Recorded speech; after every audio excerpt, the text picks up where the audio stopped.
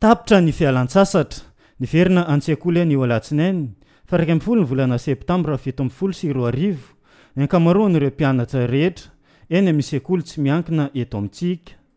Vao maraina dia fanaresaka ny tanàna sy ny lalana rehetra ny fanaretsaka ireo mpianatra ireo. Tamin'ity anio ity no nanaovana ny rassemblement voalohany na ny fampivondronana ireo mpianatra ireo.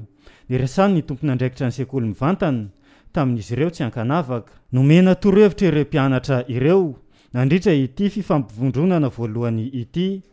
Taorian'izay nandroso avy hatrany teny amin'ny toeram-pianarany tsirairay izy ireo naka ny emploi du temps na ny fandaharam-pianarana.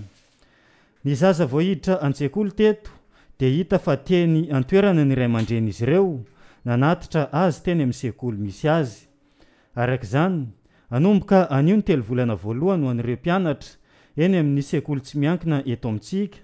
Raha toka ny faharoa ny volana oktobra ho avy izao ny fidirana ho an'ny mpianatra rehetra eny amin'ny sekoly mpanjakana.